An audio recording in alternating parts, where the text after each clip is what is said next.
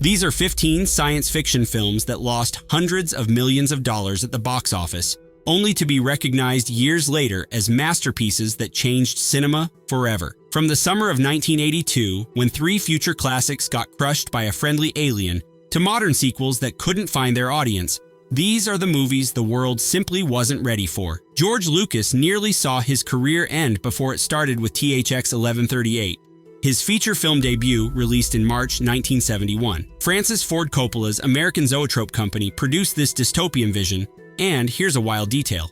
Coppola based the budget on his lucky number 7, which meant production cost exactly $777,777. $945,000 in rentals was all it managed to earn.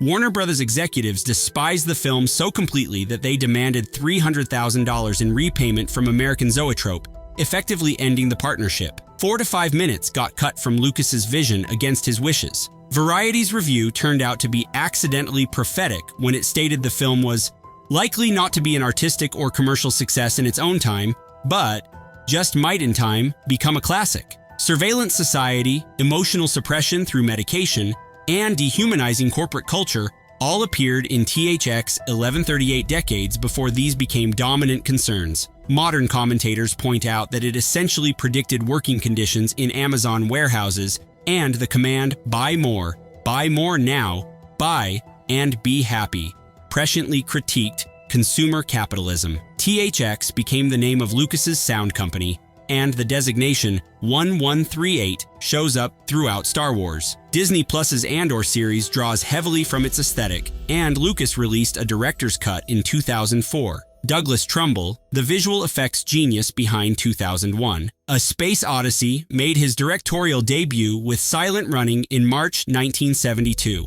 Approximately $1.3 million went into the budget, and the film never recouped its costs because Universal released it with zero marketing, relying entirely on word of mouth. That experiment failed catastrophically. Trumbull later reflected, "I was convinced, as all movie makers are, that it was going to be a blockbuster.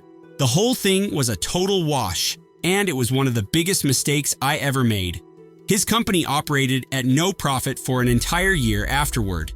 What nobody expected was how Silent Running's environmental message about deforestation would become increasingly relevant as climate change emerged. Huey, Dewey, and Louie, the film's robot companions, directly inspired R2-D2, and Lucas actually asked Trumbull's permission before creating his famous droid. Joel Hodgson credits Silent Running as the direct influence on the concept of Mystery Science Theater 3000, since both feature a single human aboard a spaceship with robot companions. The Golden Asteroid came to the film in 1972, and Arrow released a 4K restoration in 2020 that Trumbull approved.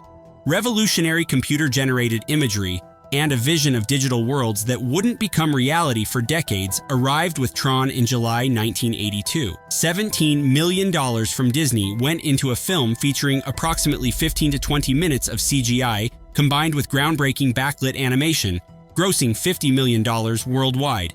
That sounds profitable, but Disney considered it a major disappointment because Chairman Card Walker rushed the release to compete with Don Bluth's The Secret of NIMH. Here's the thing about 1982. Most audiences didn't really know diddly squat about computers. Users, programs, networked digital worlds, these concepts meant nothing to people who'd never touched a personal computer. The Academy disqualified Tron from the Best Visual Effects Oscar because it used computers, which they considered cheating.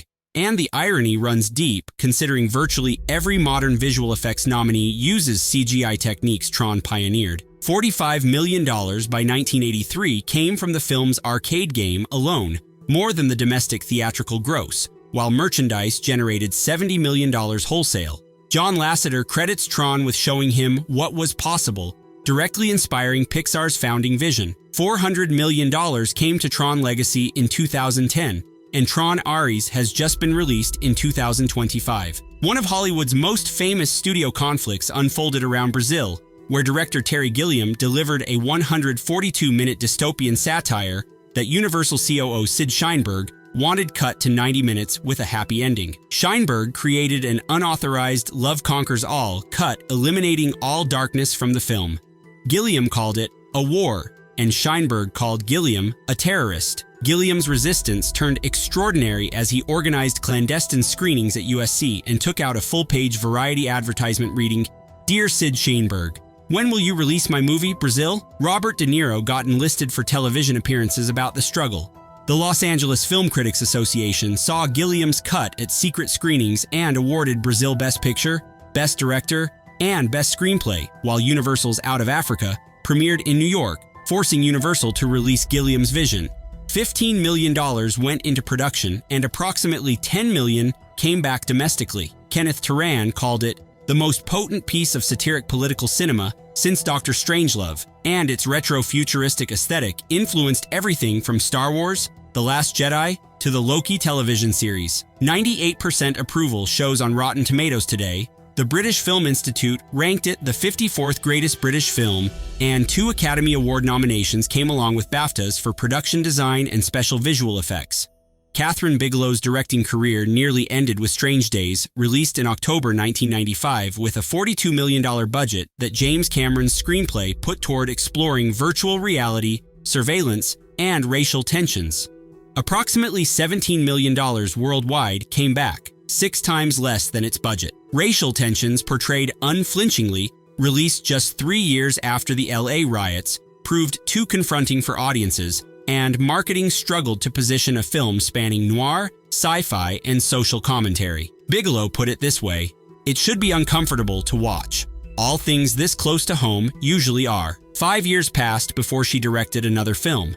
What Strange Days predicted with unsettling accuracy was the future of technology, since the Squid device essentially anticipated VR headsets and POV recording. Themes of technological addiction parallel modern smartphone concerns, and Drew Morton later called it the best piece of cyberpunk to grace celluloid since Blade Runner. The Saturn Awards recognized what audiences missed when Catherine Bigelow became the first woman to win Saturn Best Director, and Angela Bassett won Best Actress. Excellent reviews and empty theaters greeted Gattaca when it opened in October 1997. Andrew Niccol's directorial debut cost $36 million and earned just $16 million worldwide, a loss of approximately $27 million, opening 5th while competing against I Know What You Did Last Summer. Roger Ebert gave it 3.5 out of 4 stars, calling it one of the smartest and most provocative of science fiction films.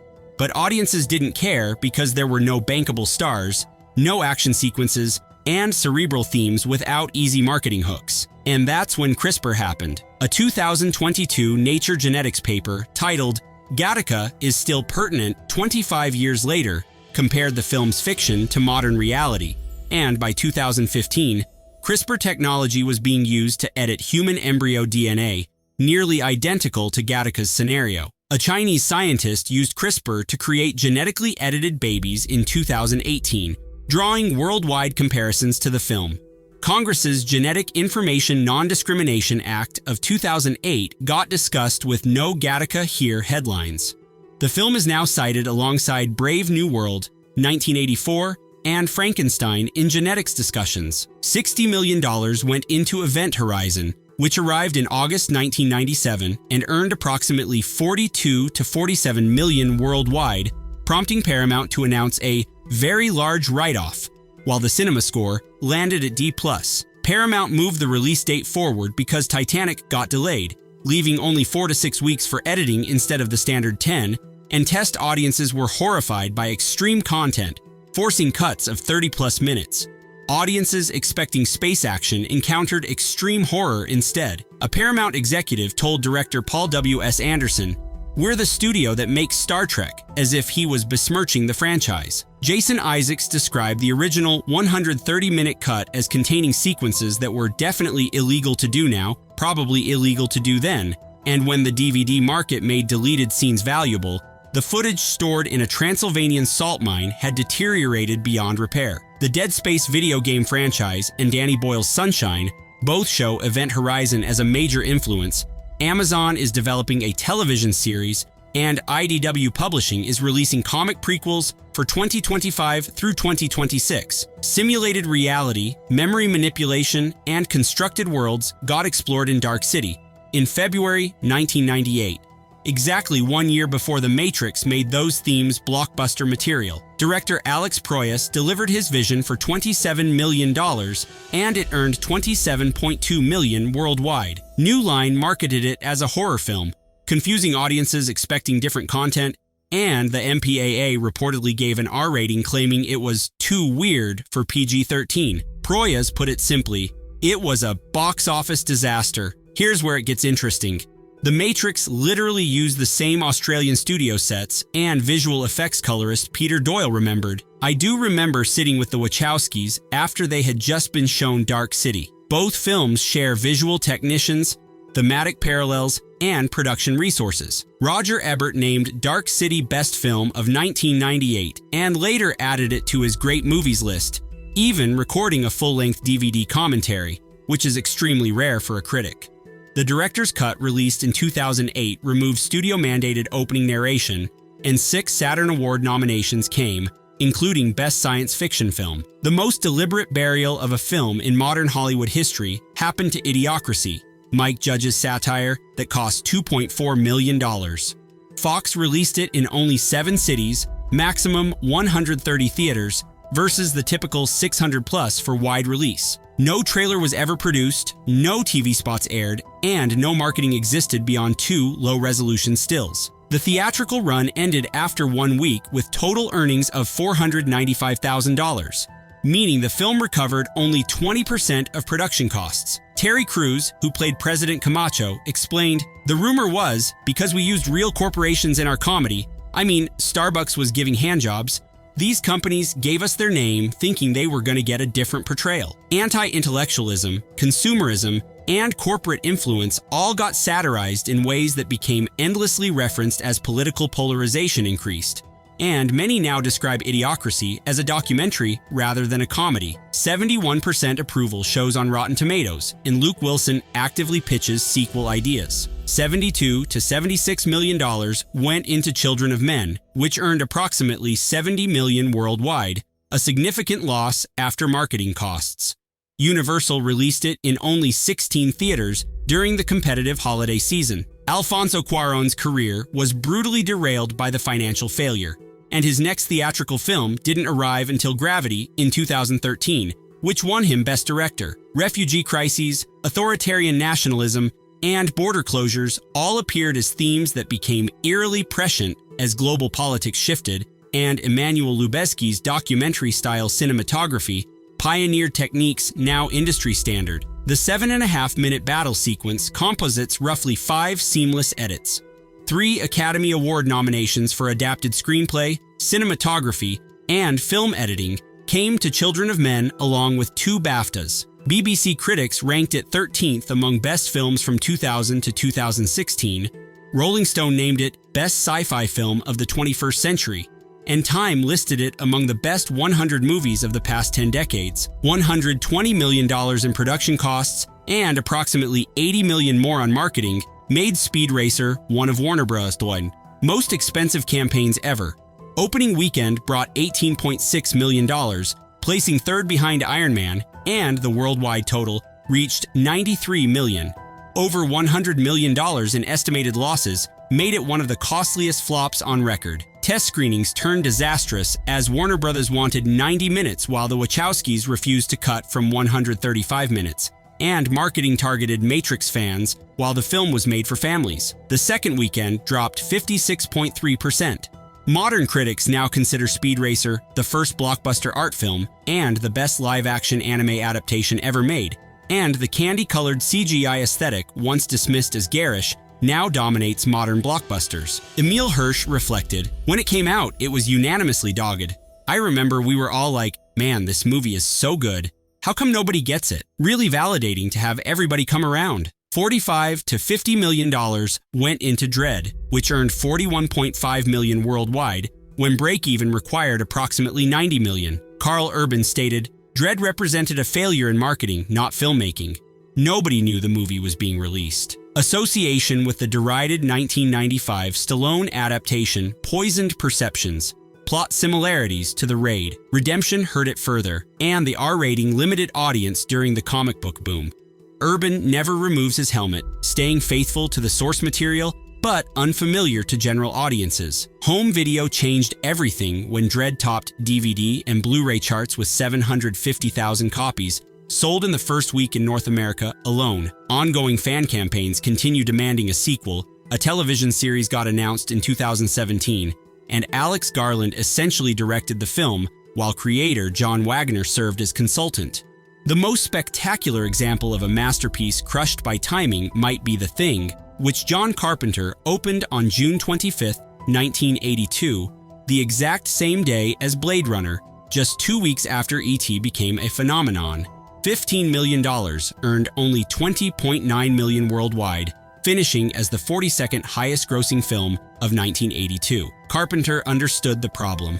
My movie is exactly just the opposite of E.T. 2 weeks before our movie comes out, they release this other movie called E.T., and there's this burst of love all around this movie. Critics turned savage, with Vincent Canby's New York Times review calling it foolish, depressing, overproduced, and saying it qualifies only as instant junk. Alan Spencer and Starlog suggested Carpenter would be better suited to direct traffic accidents, train wrecks, and public floggings. Career damage came immediately as Carpenter got fired from directing Firestarter. "I lost lots of jobs because of The Thing," he told Empire in 2017. 85% approval shows on Rotten Tomatoes today. IMDb rates it 8.2 out of 10, placing it in the top 250 films ever made. And Rob Bottin's practical effects remain unmatched. A 2022 theatrical re-release grossed approximately $500,000 in a single night. Lightning doesn't strike twice, at least not at the box office, as Blade Runner 2049 proved. Denis Villeneuve's sequel cost between $150 and $185 million and earned $267 million worldwide, when break-even required approximately $400 million. Ridley Scott himself offered blunt assessment. "It's slow, long, too long. I would have taken out half an hour." The runtime limited daily screenings, the R-rating restricted audience, and the massive budget required unprecedented success for a sequel to a cult classic. Guillermo del Toro offered insight into what might have worked. Do it under $30 million, under 20. Academy Awards for Best Cinematography, Roger Deakins' first Oscar after 14 nominations, and Best Visual Effects came to Blade Runner 2049, along with BAFTAs and the Saturn Award for Best Science Fiction Film. Blade Runner 2099 television series got announced for Amazon. Villeneuve reflected, "I was afraid that I made something sacrilegious and that it will have a negative impact on my career." His son reassured him, "Papa, you honored the first movie until the very end." Cyberpunk cinema got invented by Blade Runner, which also nearly destroyed everyone involved. Ridley Scott's adaptation happy ending. Scott later reflected, "Blade Runner was a disaster. It didn't play. People didn't get it. I was way ahead, creating the template for Cyberpunk." William Gibson credited the film with crystallizing his vision for Neuromancer, shaped everything that followed. A common truth runs through these 15 films. Truly innovative science fiction may inherently resist commercial success, since each disaster contained ideas that required years to find their audience. The E.T. effect of 1982 shows how zeitgeist can overwhelm quality. The burial of Idiocracy proves studios can deliberately sabotage their own products. And the budget trap of Blade Runner 2049 reveals that artistic ambition can be economically impossible. Hundreds of millions of dollars got lost collectively, yet these films shaped modern visual effects, cyberpunk aesthetics, and the very language of science fiction storytelling. Sometimes, the world simply isn't ready.